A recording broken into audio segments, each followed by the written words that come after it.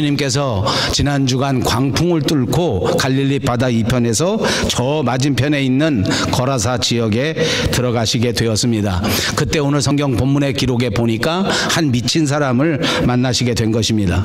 이 사람은 미친 사람답게 첫째, 옷을 입고 있지 않았다고 성경이 기록합니다. 귀신에 사로잡혀서 답답한지 어떤지는 모르겠지만 옷을 벗어 던지고 거의 벌거벗은 상태로 돌아다니는 것입니다.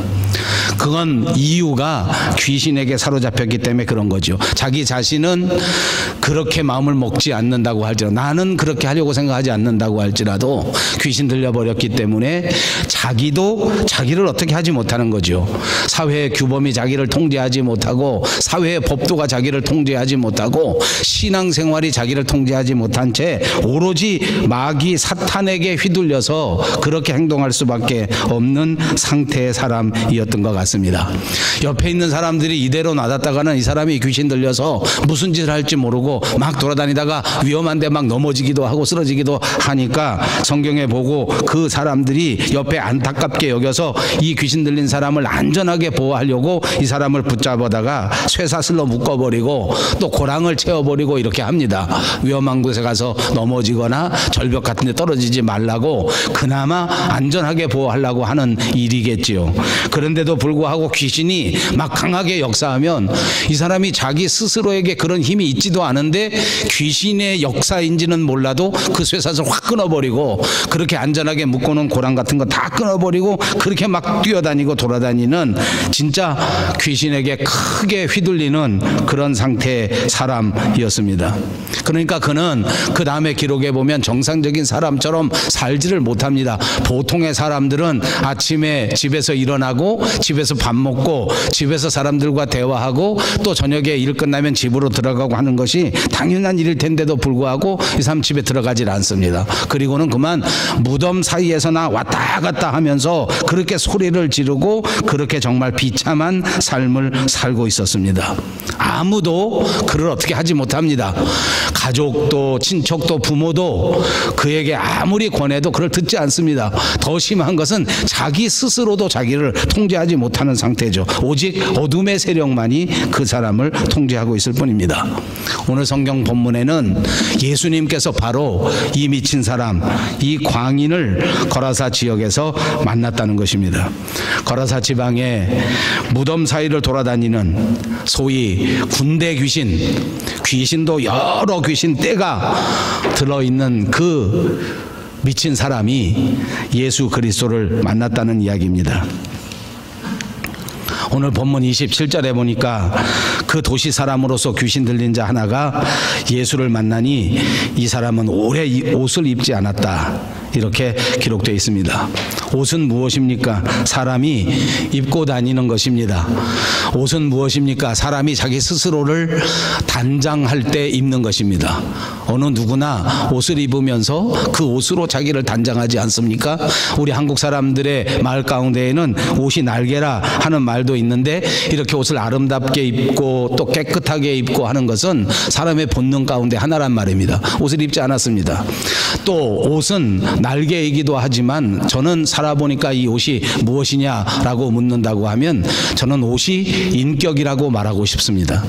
이렇게 오래 살아보니까 그 사람 옷 입은 모습을 보면 그 사람의 품위, 그 사람의 인격이 어느 정도 드러나더라고요. 아주 난잡하게 옷을 입고 다니는 사람은 그 품위가 좀 난잡한 것이 당연하고, 옷을 멋지게 입고 다니는 사람은 멋진 사람일 리가 있다고 생각합니다.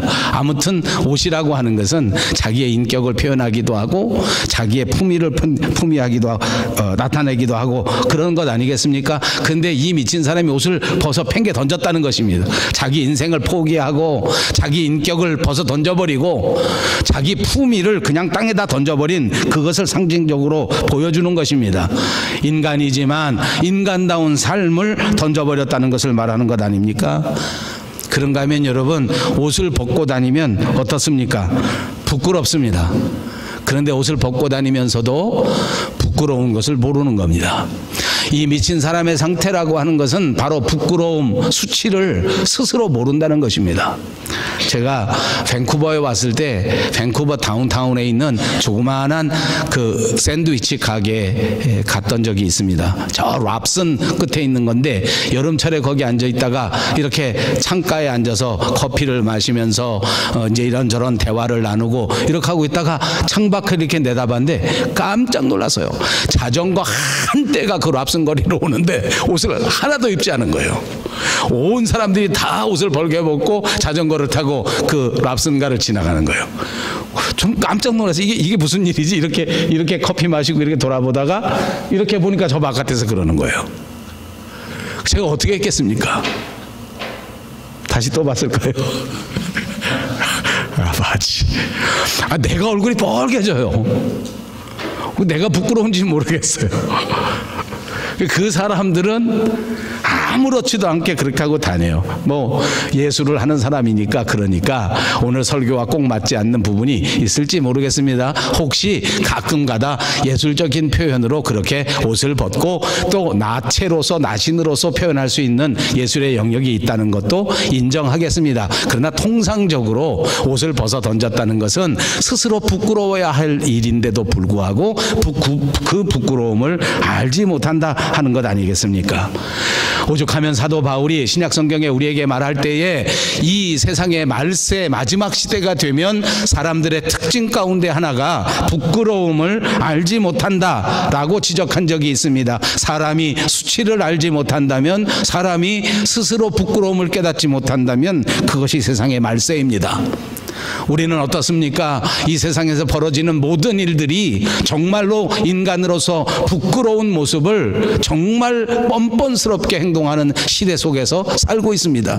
자기만을 위해서, 집단의 이기주의를 위해서 머리띠를 둘러매고 정말 다른 어떤 사람도 동의할 수 없는 무지막지한 주장을 그냥 막 무지한 방법으로 표현하고 있습니다. 동성애자들이 모여서 퀴어 축제를 한다고 하면서 그들이 벌이는 것들은 부끄러움 그 자체라고밖에 해석할 수가 없지 않습니까? 공장의 근로자들이 나와서 폭력을 휘두르면서 시위를 하는 모습도 부끄러움 그 자체입니다. 그러나 부끄러움을 알지 못하는 것입니다. 그리고는 계속해서 27절에 말할 때에 옷만 입지 않은 것이 아니라 집에 거하지도 않는다 그랬습니다. 말씀드린 것처럼 집을 나가버린 걸 말하는 것 아닙니까? 우리 사람들 가운데도 집을 나가는 사람이 많습니다. 제가 어렸을 적에는 가출 청소년이라는 말이 많았습니다. 아마 요즘에도 그런 가출 청소년들이 많이 있는 것 같습니다. 저희 때에는 고등학생쯤 되면 가출했는데 요즘은 국민학생들도 성질나면 가출한다는 말을 들었습니다. 오죽하면 집을 나가겠습니까? 그러나 사람은 집에서 사는 것이 정상입니다. 집에서 일과를 출발하고 집에서 밥 먹고 집에서 그 하루의 일과를 마무리하고 집에서 아름다운 삶을 계획하고 집에서 행복한 삶을 꾸며가는 것이 너무나 당연한 일이란 말입니다. 그런데 집을 나가버린 것입니다. 여러분 기억하십시오. 집은 우리가 있어야 할 자리입니다. 여러분이 있어야 할 자리는 여러분의 아름다운 가정이라고 하는 사실을 깨닫고 여러분의 집에서 충실하고 성실한 신앙생활을 감당하는 여러분들이 꼭 되시기를 주님의 이름으로 축복합니다. 우리가 있어야 할 자리는 바로 집입니다. 성경은 우리에게 가르쳐 줍니다. 하나님의 교회는 아버지의 집이라고 가르쳐 주고 있습니다. 예수님께서는 이 교회가 하나님 아버지가 주인 되시는, 하나님 아버지가 되시는 집이라고 말씀하시면서 오늘 믿는 사람들이 반드시 이 교회 안에서 여기서 자고 여기서 먹고 여기서 행복을 도모하고 여기서 함께 꿈을 펼쳐나가는 것이 너무나 당연한 것이라고 말씀한 것입니다. 너무나 안타깝게도 오늘 그리스도인들조차도 집을 무시합니다. 교회를 나가버립니다. 교회를 멀리합니다. 이제는 교회를 나오지 않는 하는 사람들의 풍조가 너무너무 심해져서 가나안 교인이라는 이름이 생겨질 정도입니다. 하나님의 자녀가 된 성도들은 하나님의 집, 교회를 중시하는 삶을 살아야 될 줄로 믿습니다. 계속해서 27절에는 이 미친 사람이 옷도 입지 않았고 집에서 나와 버렸을 뿐만 아니라 무덤 사이에서 거하는 자라라고 기록하고 있습니다. 이 사람은 희망과 소망 그리고 사랑이 있는 집을 떠나 멀리 해버리고 기껏해서 뛰쳐나와 돌아다니는 곳이 시체들이 있는, 죽음들이 있는 그 무덤 사이에 와서 돌아다니고 있는 것입니다. 무덤은 어두움의 장소입니다. 무덤은 호흡이 없는 곳입니다. 무덤은 움직이는 동작도 없고 세상의 삶과는 아무 관계가 없는 단절된 곳이 바로 무덤입니다. 거기는 인생이 있을 수가 없습니다. 거기는 꿈이 있을 수가 없습니다. 세상 사람들과는 담을 쌓아버린 시체만이 뒹굴어지는 곳이 바로 무덤입니다. 여러분, 우리가 살아가는 이 시대 속에서는 무덤을 중요하게 생각하는 사람들이 많습니다. 지난주에 제게 어떤 분이 문자를 보내고 이메일을 보내고 또 전화에 녹화를 해놓고 했는데 그분이 뭐 하시는 분인고 하니 이곳 지역에서 그 무덤을 관리하는 사람인데 요즘 무덤에 너무 좋은 프로모션이 나왔으니까 저보고 미리 무덤을 사놓으시라. 아버지. 예. 그리고 무덤을 얼마나 잘 꾸며놨는지 모릅니다. 어떤 데 가보면 무덤에 탁 들어가 보는 순간 그 무덤에 거기 묻혀 있는 사람의 신분이 드러날 정도로 정말 화려하게 꾸며놓은 무덤도 있습니다. 여러분 어떻게 생각하십니까? 혹시 여기 무덤 다 준비해 놓으신 분 계십니까? 저는 무덤이 필요 없다고 생각합니다. 저는 그렇게 화장하거나 무덤에 매장하거나 화장은 해야 될 것 같고요. 무덤에 매장하려고 하지 않습니다. 저는 언제 죽을지 모르지만 장례식도 하지 않을 예정입니다. 제 아내와 저는 약속하고 써놨습니다. 성경에 읽어보고 신앙생활 해보고 목회생활 해보니까 성경엔 장례식도 없더라고요. 왜 하는지 모르겠어요. 무덤 필요가 없더라고요. 혹시 무덤 사놓은 분 있으면 다시 팔아서 여기 사시는 동안 복되게 사시기를 바랍니다. 쓰지 못하겠으면 제게도 신고하시면 제가 얼마든지 도와드리겠습니다. 아버지. 아무리 잘 꾸며 나와도 무덤은 무덤입니다. 이 무덤은 영적으로는 하나님을 떠난 귀신들이 거처하는 장소라는 사실을 잊지 마시기를 바랍니다. 이 무덤 사이를 돌아다녔다는 것은 하나님을 떠난 사람들과 함께 어울려서 하나님과 상관없는 삶을 사는 사람의 모습을 상징적으로 보여주는 것입니다. 만약 오늘 저와 여러분의 마음 속에서, 저와 여러분의 인생 속에서 우리에게 새겨 놓으신 하나님의 형상을 잃어버렸다면 우리는 우리가 살고 있는 삶의 현장이 바로 무덤 사이를 누비고 있는 것과 똑같다는 것을 성경이 우리에게 가르쳐주고 있는 것입니다. 29절에 보니까 귀신이 가끔 그 사람을 붙잡음으로 그를 쇠사슬과 고랑에 매어 지켰으되 그 맨 것을 끊고 귀신에게 몰려 광야로 나갔다 기록했습니다.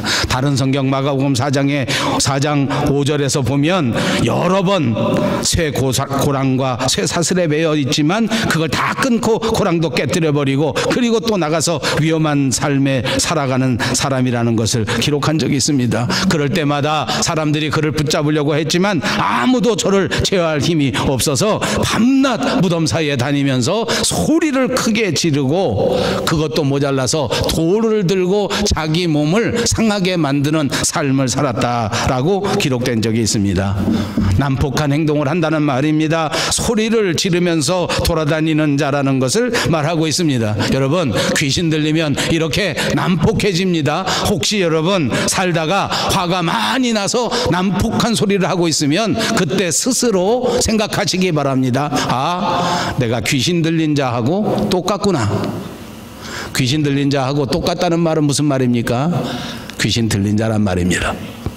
혹시 내가 난폭하게 행동하고 있다라고 생각하면 그때 꼭 기억하십시오.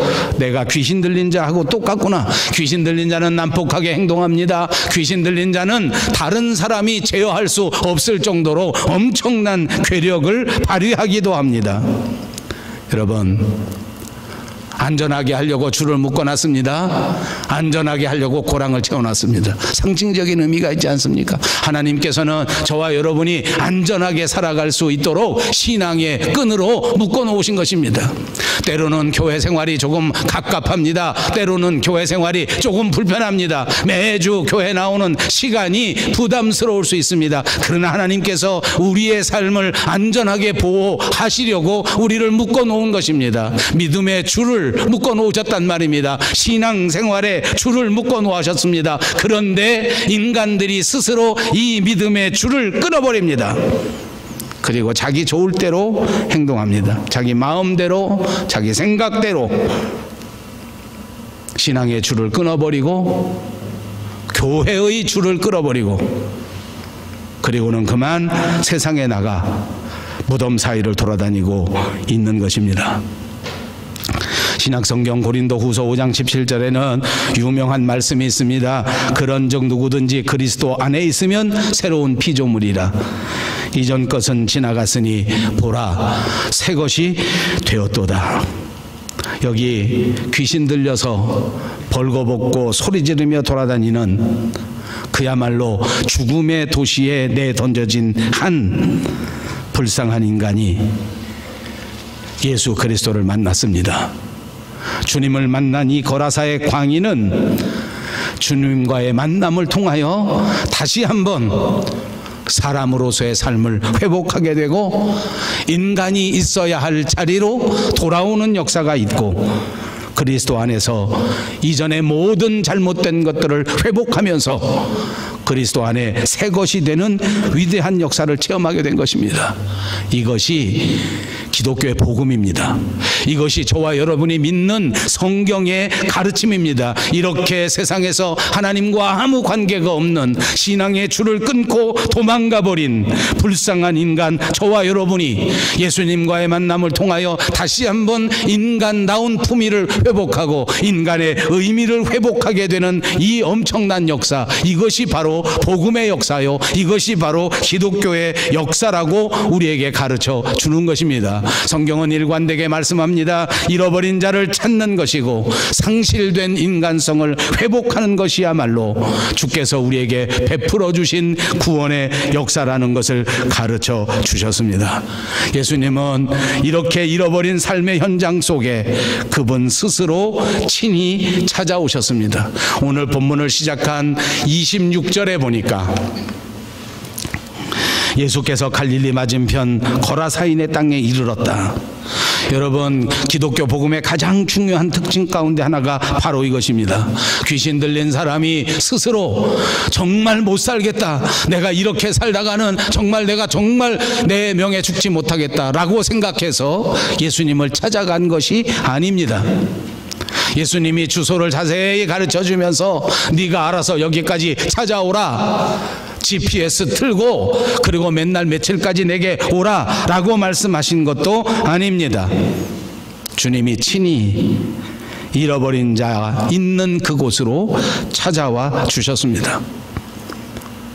바벨탑 사건 이후에 하나님을 배반하고 하나님을 알지 못하고 하나님과 똑같이 되고자 하는 교만한 인간들을 이 땅 위에 흩어놓으시고 더 이상 아무 소망도 없고 더 이상 아무 희망도 없는 인간에게, 그 아브라함에게 하나님이 직접 찾아오셨습니다. 그리고 그를 부르신 것입니다. 무덤까지 주님이 찾아오셨습니다. 이것이 주님이 우리에게 베풀어 주신 가장 큰 축복인 줄로 믿습니다.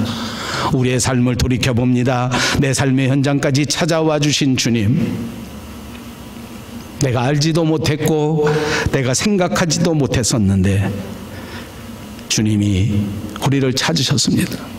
어두움이 가득 찬 세상 속에서, 흑암의 권세가 가득 찬 세상 속에서 주님이 우리를 찾아와 주셨기에 우리는 이 삶에서 희망을 얻게 되고 한 줄기 빗줄기를 발견하게 된 것 아닙니까? 상실된 우리의 모든 인생이, 우리에게서 완전히 없어져 버린 줄 알았던 그 아름다운 하나님의 형상이 주님을 만난 그 순간에 회복되어 버린 것 아닙니까?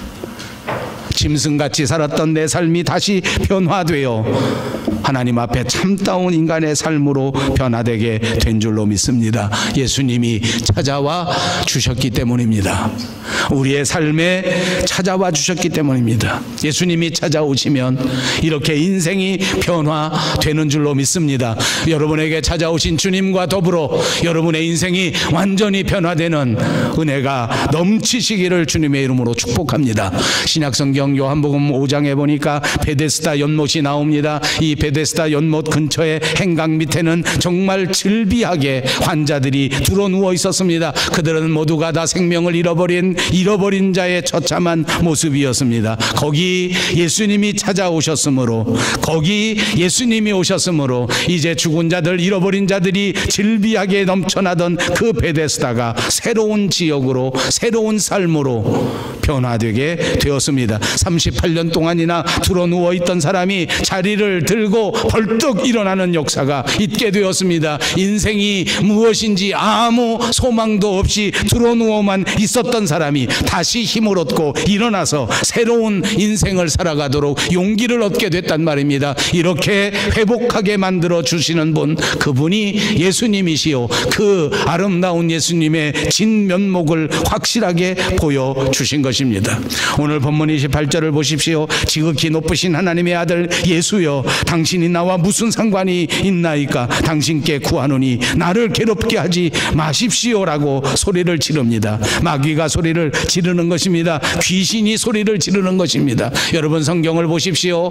이 예수님은 한마디도 말씀하신 적이 없습니다. 귀신이 먼저 알고 예수님에게 부르짖어 말하는 것입니다. 예수님은 제정신을 빼앗긴 이 불쌍한 사람에게 접근하시고 그에게 귀신으로서 그를 지배하고 있는 그 어둠의 세력에게 추방 명령을 내렸습니다. 그래서 29절에 보시면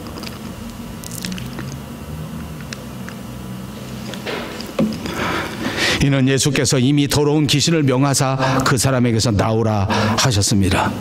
귀신에게 명령하고 귀신의 무장을 해제시킬 수 있는 분, 바로 예수님 한 분밖에 없습니다. 여러분, 귀신은 영적 존재입니다. 이 세상에서 하나님 다음으로 능력이 있는 존재가 바로 귀신이라는 존재입니다. 그래서 하나님이 계시지 않으면 그 다음에 귀신이 왕이 되는 것입니다.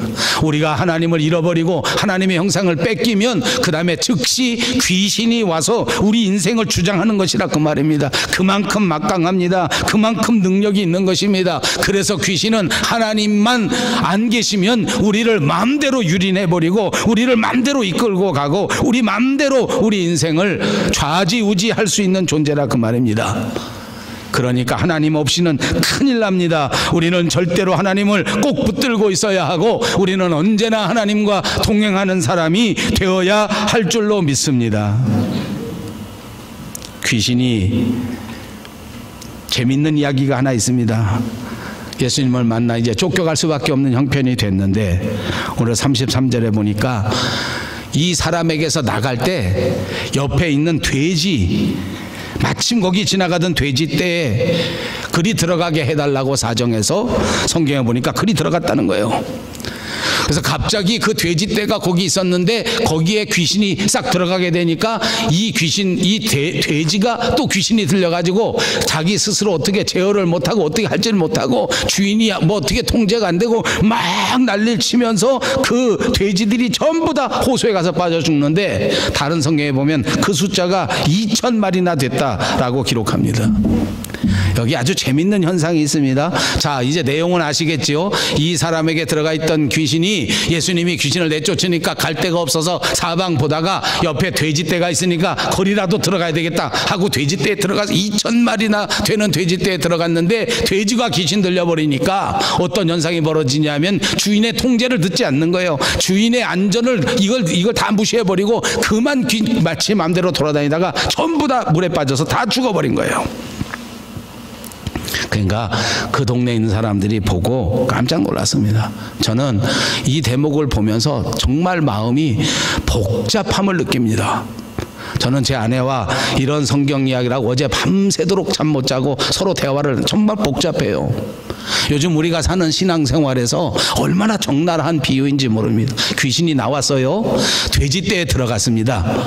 그래서 돼지떼가 전부 다 물에 가서 몰살해 죽었어요. 우리는 아무 생각 없이 이런 설교를 들으면 막 박수, 이거 최고다. 근데 성경 기록 보십시오. 그 마을에 있었던 사람들이 이 광경을 목도하고 나서 어떻게 했습니까? 예수님 보고 좀 딴 데로 가십시오. 전부 왜 뭐가 두렵습니까? 예수님 때문에 내 돼지 다 없어져 버렸어. 재산이 얼마요?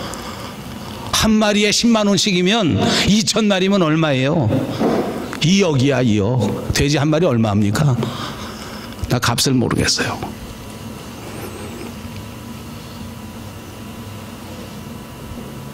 귀신 들린 사람이 귀신에서 회복돼서 인간다운 삶을 살게 된 것은 기적 가운데 기적입니다. 여러분 혹시 우리 주변에 인간답지 못하게 살다가 예수 믿어서 사람처럼 변화된 사람 보면 세상에 이보다 더 큰 은혜가 없는 거예요. 38년 된 환자가 아무 소망 없이 드러누워 있다가 예수님 때문에 기도받고 일어나서 다시 살게 됐다고 하면 이보다 더 큰 은혜가 어디 있습니까? 그런데 문제가 뭐냐 하면 돼지떼 없어지게 되니까 무엇을 선택할까?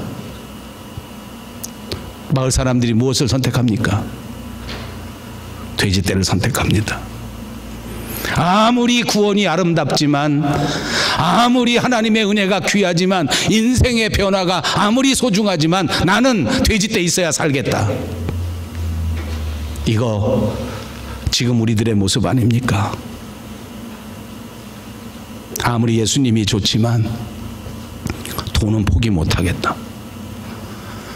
아무리 주님 믿고 살아야 하지만 내 재물이 없어진다 그러면 다시 무덤 사이로 가겠다.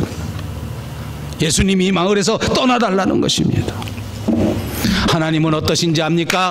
천하보다 귀한 생명 하나가 하나님 앞에 돌아온다면 돼지 2,000마리쯤은 아무것도 아니라는 것이 하나님의 입장이라는 사실을 기억하시기 바랍니다.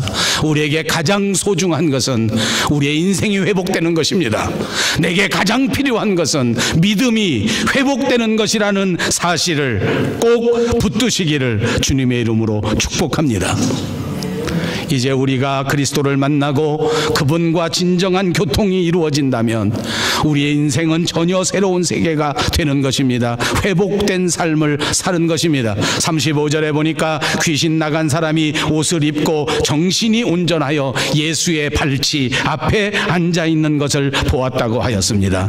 예수님의 발 아래 앉아있는 사람을 본 것입니다. 이제 무덤 사이로 돌아다니던 집을 나가 자기의 위치를 잃어버렸던 이 거라사의 강인은 드디어 자기가 있어야 할 자리, 예수님의 그 발치 아래 정좌를 하고 앉아있는 것입니다. 주님이 오늘도 우리에게 찾습니다. 아담아, 아담아, 너는 어디 있느냐? 우리의 위치를 찾는 것입니다. 여러분은 어디에 계십니까? 예수님의 말씀의 발치 앞에 정위치하고 있는 여러분들이 꼭 되시기를 주님의 이름으로 축복합니다. 성도는 예수님과 함께 사는 자입니다. 우리 그리스도인은 그리스도와 함께 사는 자입니다. 주님의 십자가를 붙들고 하나님의 말씀을 묵상하면서 날마다 주님을 찬송하면서 사는 것이 우리의 삶이요, 그 자리가 우리의 자리인 것입니다. 예수님의 무릎 아래 앉아 있을 때에 주님이 우리에게 에너지를 공급해 주고, 주님이 우리에게 믿음을 공급해 주고, 주님이 우리에게 소망과 사랑을 베풀어 주는 것입니다. 여기서 그리스도로 새로 옷을 입게 되면 우리의 인생은 더 이상 수치를 당하지 않게 됩니다. 여기서 그리스도의 말씀으로 옷 입게 되면 우리는 정말 멋진 그리스도인이 될 수 있는 것입니다. 비로소 그리스도인으로서의 품위를 지킬 수 있게 되는 줄로 믿습니다. 35절에 보니 사람들이 그 이루어진 일을 보려고 나와서 예수께 이르되, 36절에 보면 귀신 들렸던 자가 어떻게 구원받는지를 본 자들이 그들에게 이르매. 그렇습니다. 귀신에게 사로잡혀서 집을 나와 옷을 벗어던지고 뛰어다닐 때에는 그 자신도 사람을 피했지만 사람들도 그를 피할 수밖에 없었습니다. 가족도 남아나지 못합니다. 친구들도 남아나지 못하고 다 떠날 수밖에 없습니다. 진짜 귀신 들린 존재, 그는 인간 사회에서 쓸모없는 존재 아닙니까? 그 사람이 나타나기만 하면 무서울 수밖에 없는 존재 아닙니까? 깊이 인물입니다. 근데 여러분 보십시오. 이 사람이 다시 정신을 차리고 예수님 앞에 돌아와 본래의 자리에 정위치했을 때 나타나는 현상이 뭔지 압니까? 많은 사람들이 다시 그 사람에게 나오는 것입니다. 이것이 새로운 공동체입니다. 이것이 우리 교회입니다. 여기서 다시 인생의 희망을 회복할 수 있고, 여기서 다시 인간다운 교제를 회복할 수 있고, 여기서 인간의 삶을 형성해 갈 수 있다는 것을 가르쳐 주시는 것입니다. 주님과 함께 연합하게 됩니다. 그러면 다시 하나님께서 새로운 형제, 새로운 자매를 붙여주신다는 약속의 말씀인 줄로 믿습니다. 39절에 보니까 그가 가서 예수께서 자기에게 어떻게 큰 일을 행하셨는지를 온 성내에 전파하니라 라고 기록되어 있습니다. 이것이 은혜 받은 사람들의 사명입니다. 예수께서 자기에게 어떻게 큰 일을 행하셨는지를 성내에 나가 전파하니라. 교회는 그리스도를 만나고 회복된 사람들의 모임입니다. 그러므로 우리 교회는 끝없이 인생을 회복시켜야 합니다. 그러므로 우리 교회는 끝없이 이 회복된 사람들이 이 교회에 나와 이 사명을 감당하는 기관이 되어야 할 줄로 믿습니다. 예수님이 부탁하신 것이 무엇입니까? 세상에 나가 증인의 삶을 살라는 것입니다. 이제 회복된 여러분의 삶의 품위를, 이제 회복된 여러분의 삶의 의미를 이제 여러분 주변에 나가 증거하라는 것입니다. 이것이 예수님의 당부요, 이것이 예수님의 부탁이요, 이것이 예수님의 명령입니다. 오늘 이 순간 여러분 가슴에서 잊지 마시고 기억하십시오. 주님이 여러분에게 명령합니다. 이 세상에 나가 예수 그리스도의 증인의 삶을 살라. 변화된 인격으로 사십시오. 회복된 품위로 살아가시는 저와 여러분 모두가 되시기를 주님의 이름으로 축복합니다.